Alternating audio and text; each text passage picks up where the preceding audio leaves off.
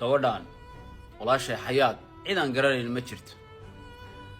life xalay soo fuusho waxay tiri anigu sida loo tuugsado ma aqaan waa dhibaataysana lacagtii way iga dhamaatay adigu waxay ka sheekaysay qof xanuunsan oo iyadoo dhan jirkeedii bararay xitaa beerkii baa bararay baa la yiri su'aasha ugu badan oo dadkan ay weydiinayaan waxay tahay bay tiri ninkaaga abnin baa ku qabee soo ma arkaan bay tiri ninkii inuu aniga ila socon oo kaligay aan socdo soo ma arkaan walaalayaal gabadhaan ha la caawiyo qof waliba wuxuu awoodo ha ku caawiyo dadka giftirada ah geemamka ah oo life afka fuula gabadhaan caawiyo gabadhaan ha la caawiyo si kastoo gabadhaan lagu caawin karo walaasheen ha la caawiyo oo ha loo ciyaaro ha loo ciyaaro insha allahu tacaala dadka qalbiyada wanaagsan ee geemamka ciyaarana